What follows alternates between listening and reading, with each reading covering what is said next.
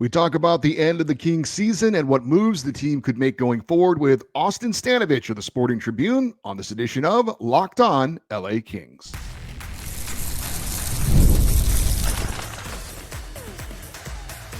You are Locked On Kings, your daily podcast on the Los Angeles Kings, part of the Locked On Podcast Network, your team every day. Hey, Kings fans, welcome to Locked On LA Kings, part of the Locked On Podcast Network, your team every day. Thanks for making Locked On LA Kings your first listen every day. We are free and available wherever you get your podcasts and on YouTube. I'm Eddie Garcia, your host of Locked On LA Kings. I've worked in sports media for the past 30 years. Also, one of the co-hosts of Locked On NHL Game Night, a nightly podcast and YouTube show recapping the night in the NHL, and a passionate LA Kings fan for over 30 years. This episode is brought to you by Monarch Money.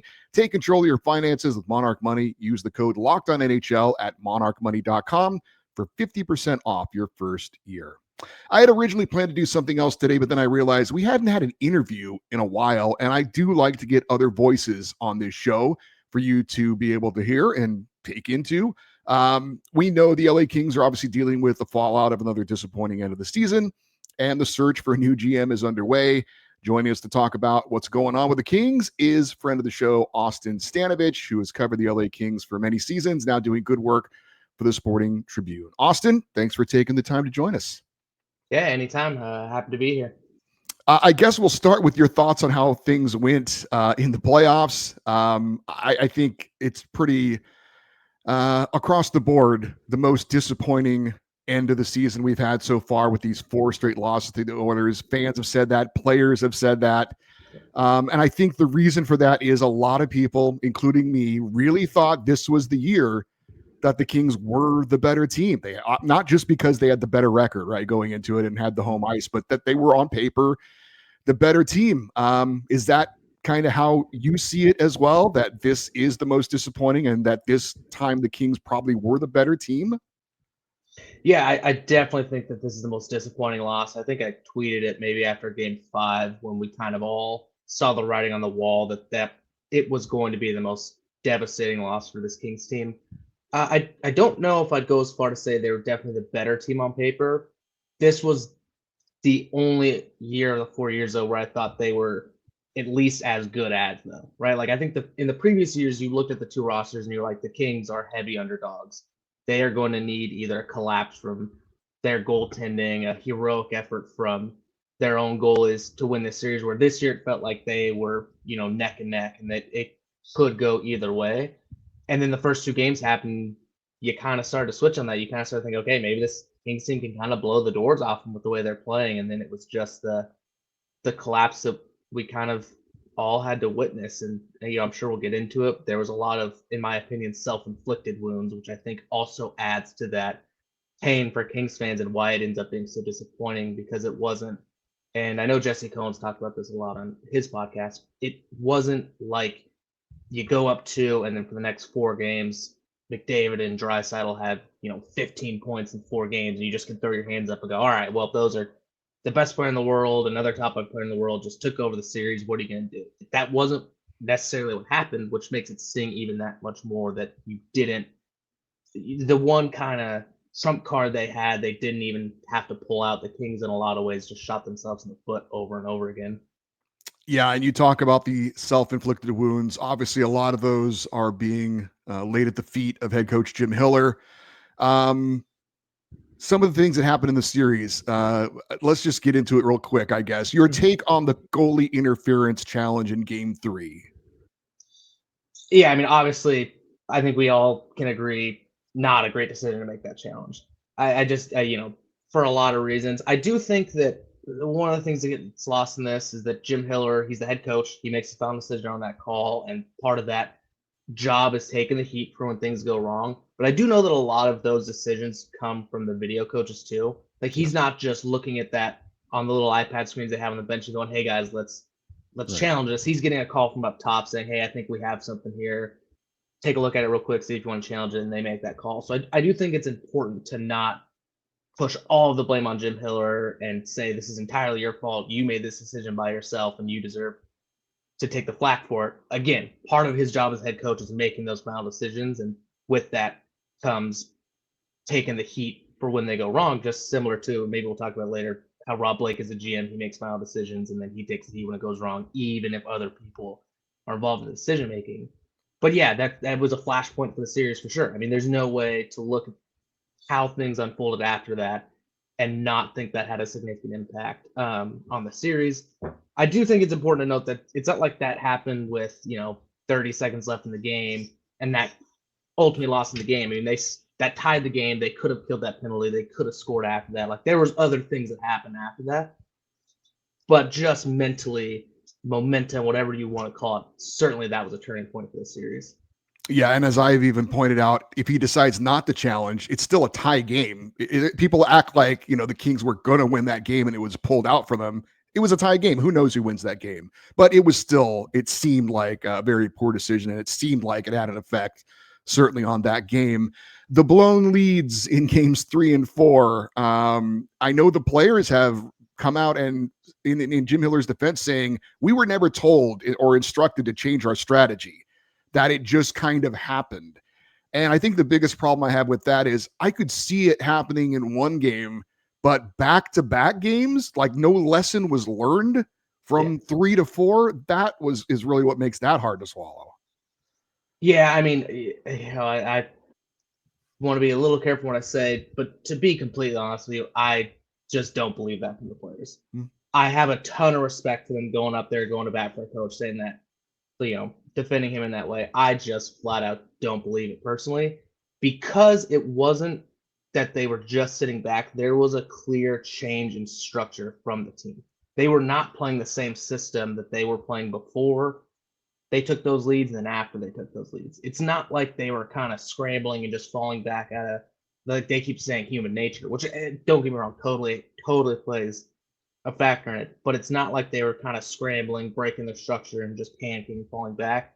They were dropping into a very clear 0-3-2. That's something you talk about. You don't just randomly all fall into the same system and everyone's knows what place they're supposed to be and everyone knows how to play that. That doesn't just happen. And maybe they took it to a more extreme than the coaches wanted to because of that human nature thing. But you can't have that situation happen. Like, we all watched the game. We all watched them, again, change the system and structure they played. You can't then tell me that there was no instruction to do that, because again, you don't just make that big of a change out of nowhere. The human nature doesn't tell you, hey, let's all 5 of us agree without talking about it to get into this same setup. Like, it just doesn't happen. And again, I respect the players for going to bat there. I respect all that. I just flat out do not believe it. Well, something that certainly can't be passed off from the head coach is who goes over the boards and when. Yeah. And the use of the bench, the minutes played, the not playing the fourth line at all, pretty much, playing with 4 defensemen for the most part. That certainly is on the head coach. There's no handing that off in any way. And that certainly seemed like it was a factor in the series as well. Without a doubt. I mean, you can't. It's so hard to play basically 9 forwards and 5-ish D, really kind of 4.5 D through an entire series, especially when you don't have your Connor McDavids or Leon Draisaitl's that can play 25 minutes a night and still provide a ton of quality.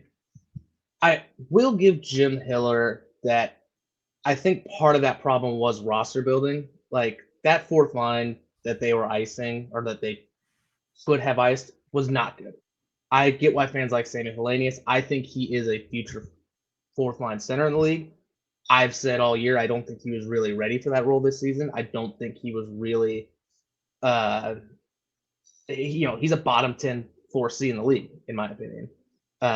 Jeff Malott had 1 NHL game before he got called up this season by the Kings because of injury. I really like Alex Turcotte, but you're asking one guy to do a lot of heavy lifting in the playoffs if he's playing on that line. So I don't agree with the decision to not play those guys, because I think that, like, you just kind of take your medicine there and it's better than the alternative. I do at least understand why he did that, because I really don't think that the Kings had a very playable fourth line. I think that's been a problem for them for the past few seasons in this series that they have not addressed. And it happened again. He took the extreme kind of a solution to that by essentially never playing them, which I don't agree with. I at least understand it. On the back end, I don't understand it. I don't get the decision to basically just not play Jordan Spence at all, to shut down Brant Clark in a lot of games, even though I thought played perfectly fine to even pretty good in a lot of scenarios, to basically only run your 4D. I can't find a reason for that other than they just really didn't like something about Jordan Spence's game and that Brant Clark is young. That's kind of the only two things, which to me just aren't, justifiable reasons to do that. So the one that really concerned me was the lack of usage on the back end, because there wasn't a situation where I could look at that and go, oh, okay, I get it. I understand why this happened. Even if I don't agree with it, I can at least see the logic behind it. On the back end there, I just couldn't find any logic for it. All right, we're just getting started with Austin Stanovich of the Sporting Tribune. We'll ask him about the Kings looking for a new general manager. We'll do that next here on Locked On LA Kings, your team every day.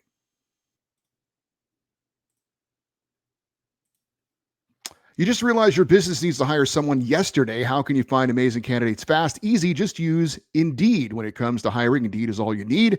Stop struggling to get your job post seen on other sites. Indeed sponsored job posts. Put your post right at the top of the page to help you reach the right candidates faster. If you've been in that spot where you need somebody right away, the pressure's on, and every day without the right person, the setback, that's exactly when Indeed's sponsored jobs come in handy. They will make sure your post is seen by the right candidates right now. And now you can speed up the hiring process with a $75 sponsored job credit.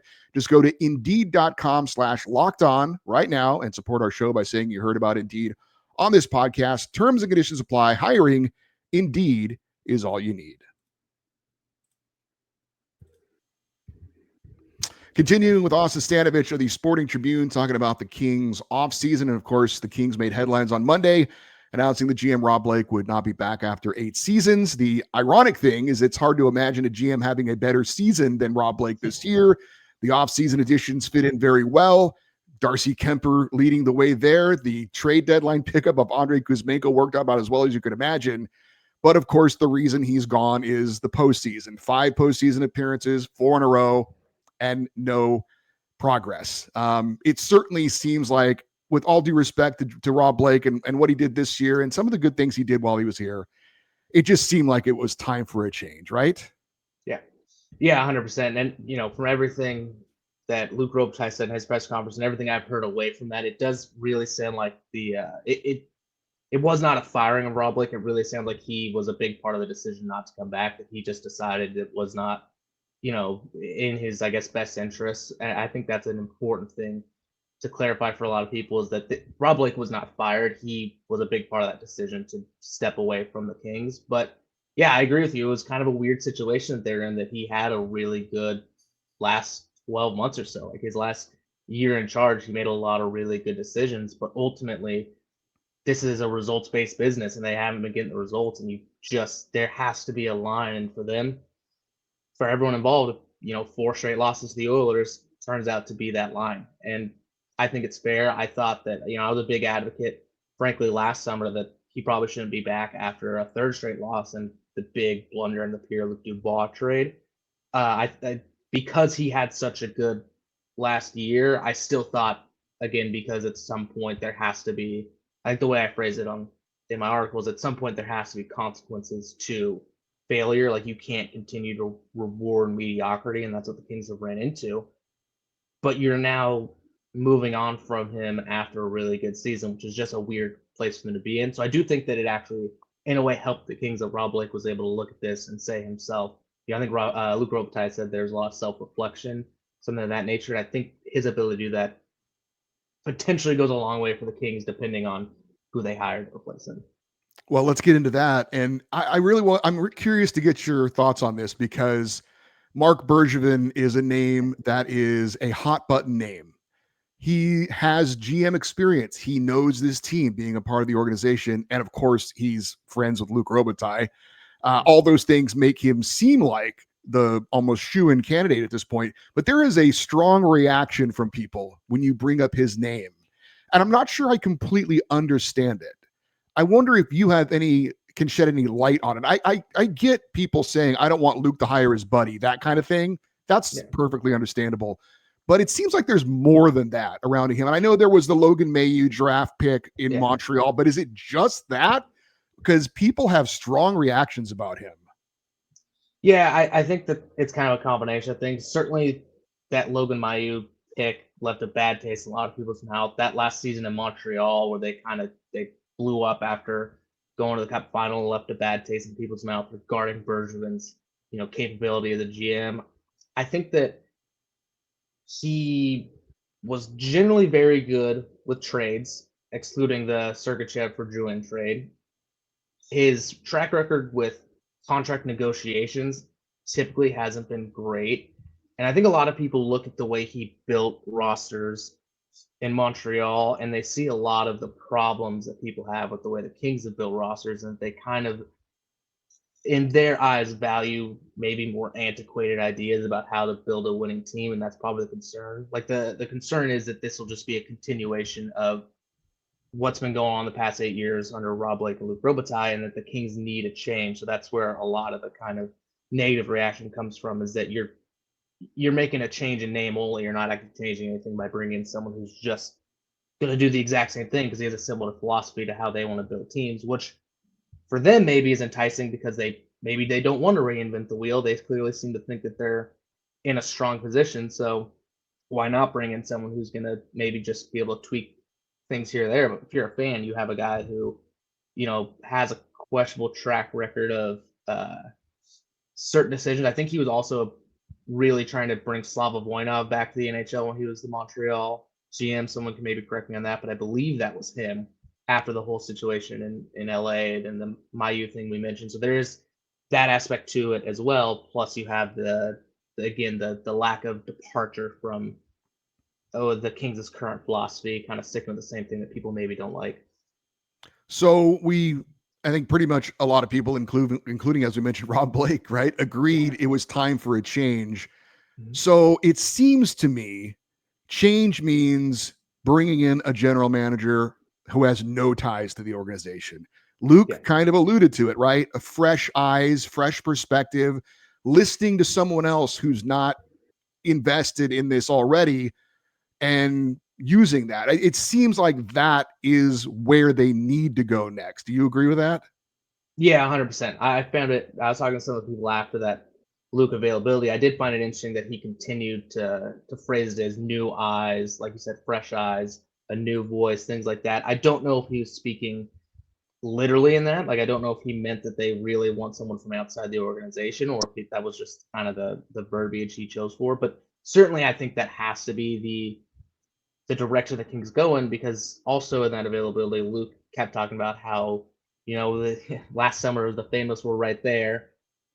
And it wasn't quite that straightforward from him, but he talked about how they really like this team. They think they're, a really strong team. He kept saying they're one or two pieces away from a cup. I just don't agree with that. And I think that bringing in someone who's not tied to it at all, who can maybe bring in a different view on things, who doesn't have the biases they had, which I get, right? Like, they built this roster. No one thinks their own kid is ugly. I get why they like it. But I do think having someone who can come in and maybe be a little bit ruthless, look at and say, like, I know you really like this core guy. I think we can upgrade on them, and I think we have to, because clearly this core group that's been here hasn't been good enough to get you across the line. You don't want to move them because you really like these guys and have loyalty to them, which is great, but you need someone who can come in, separate from that, doesn't have any connection to that, and make some tough decisions to get you to that next level. There are times, obviously, when a new GM will come in and want his own head coach. If you look back over the last couple of seasons, there's been 8 new general managers that have been hired. And it's a little bit of a mixed bag. Sometimes they come in and they keep the guy, maybe get a feel for him personally firsthand before they decide to make a decision. And sometimes they bring in their own guy. So that obviously leaves us to where Jim Hiller stands. We saw how the regular season went, which is amazing, and then how the postseason went, which was the opposite. So what are your thoughts on what Jim Hiller's status is? I know that's kind of difficult for you to ask that question, but if they bring in a new GM from completely outside, where do you think he leans on the head coach of the Kings? Yeah, I mean, it definitely does depend on who that new GM is, but I would say it's much more likely than not that Jim Hiller returns as head coach, regardless of who the GM is. I think that the ability to kind of hang your hat on that regular season they had, especially as a first-year coach, and then when you're having those conversations with that GM. And this is what I was kind of talking about when I was saying that, like, I understand why he played so few guys. Having the ability to explain that to a GM, like, why did you do it this way? Well, we just didn't view these guys as, NHL playoff caliber guys, so we didn't feel comfortable putting them out there. It's kind of like that scene in Moneyball where Dustin Hoffman's like, I have to explain this decision to my next boss. I think that's part of, not consciously, but the ability to go in and explain that decision to your new boss and have them go, yeah, okay, I get that, does go a long way. So we can sit here and say that was a wrong decision in hindsight, but when you're explaining to a GM, hey, we had these guys who maybe just weren't ready for this and we didn't feel comfortable putting them out there, especially against, an Edmonton team that has the horses that they have to put out there, right? Like, I think that will go a long way. And I just think that everything I've ever heard, even from outside of the Kings organization, there's a lot of respect for Jim Hiller and his resume within hockey, the way he thinks the game. Like, a lot of people view him as a really smart hockey mind and someone who was almost overdue for a head coaching job. So unless there's a GM that comes in who is really committed to a new head coach that he already has in mind, I'd be pretty shocked if Jim Hiller wasn't the head coach to All start right. next season. Yeah, I honestly, I feel the same as you do. Up next, we're going to talk about the Kings roster for next season. That's next here on Locked On LA Kings, your team every day. Ever check your bank account and wonder, where did all my money go? Between dining out, online shopping, and entertainment, it's easy to lose track. That's where Monarch Money comes in, your personal CFO, giving you full visibility and control over your finances. Monarch Money isn't just a budgeting app, it's a complete financial command center. You can track all your accounts, investments, and spending all in one place. So you stop just managing your money and you start building wealth. Instead of juggling multiple apps, you can use Monarch to check your finances, track spending, and even plan long-term goals. Managing money with your partner is smoother than ever. You can track shared and personal accounts, set goals, and stay on the same page without the stress. Take control of your finances with Monarch Money. Use the code LOCKEDONNHL at monarchmoney.com for 50% off your first year. That's monarchmoney.com, code LOCKEDONNHL for half off your first year. We're wrapping it up with Austin Stanovich of the Sporting Tribune. You can follow him on X and Twitter at @Stanovich68. He is a great follow, and he is very interactive with Kings fans, which is really cool. So I haven't gotten too much into this on my shows as far as next season. We've been talking about the GM news, the exit interviews, Jim Hiller.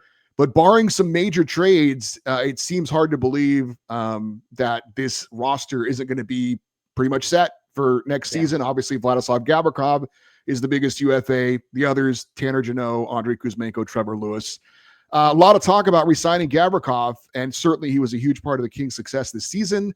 But now there's a new GM coming in. I don't know how that's going to affect those talks.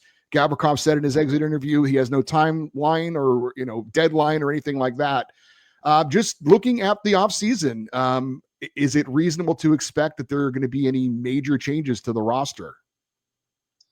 Yeah, I wouldn't expect there to be, and I think that's kind of the tough part about where the Kings are at right now is that there isn't really the option to make big changes. Like you said, the roster feels kind of set, especially if they bring back Gavrikov. Then you're looking at, your top 9 forwards and your top 4D. There's maybe in both of those one spot available. If you don't bring back Andrei Kuzmenko, you have one winger spot available, and that's where people say, go after like a Mitch Marner. Great. I don't think there's any guarantee you're going to be able to entice Mitch Marner to come out and play for the Kings. But like, just in general, when you're looking at building this roster, there just aren't that many options to add unless you're willing to make the difficult decision we kind of talked about earlier and trade one of your core guys to try and, even if you're not necessarily upgrading on paper, just to get a different look. But I don't think that unless a new GM comes in with those fresh eyes that's willing to be pretty ruthless, I don't see that happening. So you're looking at a spot where you're almost destined to just run it back with the same group, which we can talk all we want about how they could have, maybe even should have gone out of that first round against Edmonton, but they didn't. So then you're running it back with a team that wasn't able to get it done and hoping they find a way. I think that a big area to improve is that fourth line. I know it's not fun, it's not sexy, it's not what people want to hear, but that is obviously you need 3 more guys, at least 2 more guys that the coach can trust to put out there and to play meaningful minutes in the playoffs. And my concern is, even dating back to the beginning of last year, the kind of the thought that a lot of people had was that, well, next year your fourth line's some combination of Samuel Hellenius, Andre Lee, and one other person. I just don't see that being enough to really move the needle for them as much as any fourth line can. And again, it's going to be more of just running it back with the same group, running it back with similar problems, not really, not looking for a solution and not finding one kind of situation. Like I've done nothing, I couldn't fix the problem is my concern.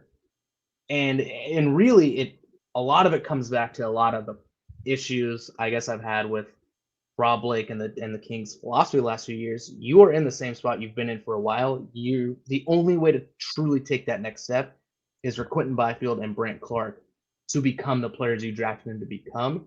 So almost every move you've made the last few years to get Vladislav Gavrikov, to trade for Andrei Kuzmenko, to get Kevin Fiala, good moves. They made you a better team. It didn't change the fact that all you're doing as an organization at this point is waiting for those guys. And I think every decision they make needs to be to try and help elevate those guys in the role they need to be in, because that's how you're going to take the next step. It's not going to be adding one more winger to play with Andrei Kopitar that unlocks the keys to going on another cup run. It's not going to be finding a new D partner for Vladislav Gavrikov or Drew Doughty.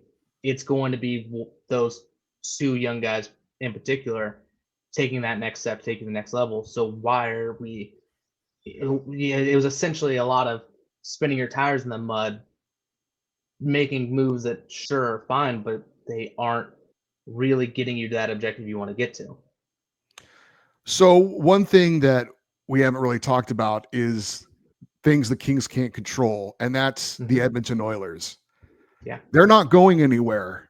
Leon Draisaitl and Connor McDavid are going to be standing in the way of the Kings to go where they want to go, foreseeably for the next, 5-6 years. Yeah. So do the Kings have to get into an arms race? Can they try and go out and get a Mitch Marner, for example, to say we have to somehow match up as close as we can with those guys because they're not going anywhere? Is that something that they need to do? Is it something they can do in the near future? I don't think it's something they need or can do. I don't think that even if you want to and you try to get to an arms race in that scenario, you don't win that arms race. You are not getting two guys that can compete with Connor McDavid and Leon Draisaitl. I mean, the only guy you can go out and get, not that you can go out and get. There's only maybe two or three guys that can even do that in the league. You're talking like a Nathan McKinnon, Alexander Barkov, and like a healthy Austin Matthews. You're not getting those guys, so you can't really even go do that even if you think that's what you need.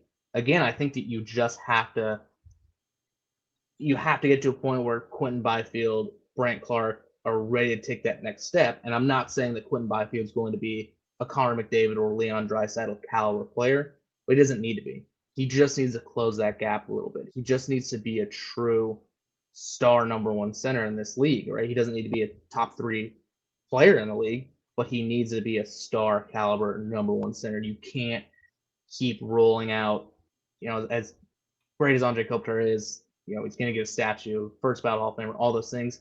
You can't keep running him out as your number one center and expecting different results. It needs to be someone new. And I get the argument that, he has to earn that, or he has to prove that, he's ready for that. And my response to that is, what more does he need to do to prove that? He was their most productive player after, I think it's like December 24th. After that New York trip in December, he was their most productive center. He clearly has the legs to play those big minutes that maybe a guy like Andrei Kopitar doesn't.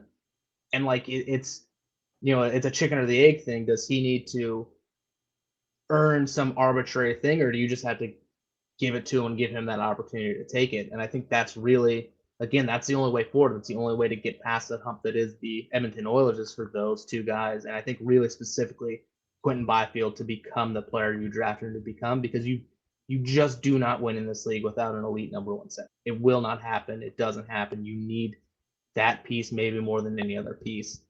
And until you get that, and again, the only way to get that is for Quentin Byfield to become it, we're going to be coming back here and having a lot of the same conversations every year.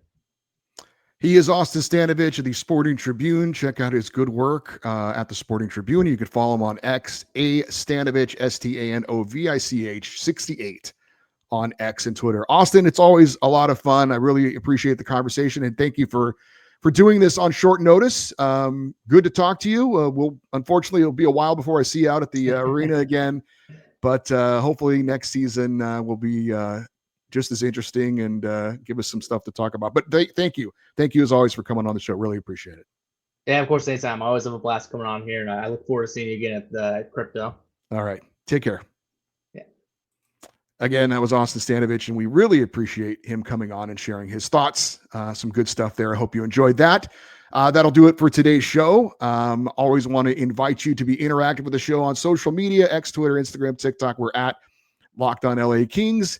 If you want to send an email for the show, it's lockedoneddie@gmail.com. Got a big fan feedback show coming up on our next show. I know there's going to be a lot of comments about what's been going on with the team this past week as well. So looking forward to that show, and that should be a good one. Thanks for joining us. We will talk to you next time. And as always, go Kings, go.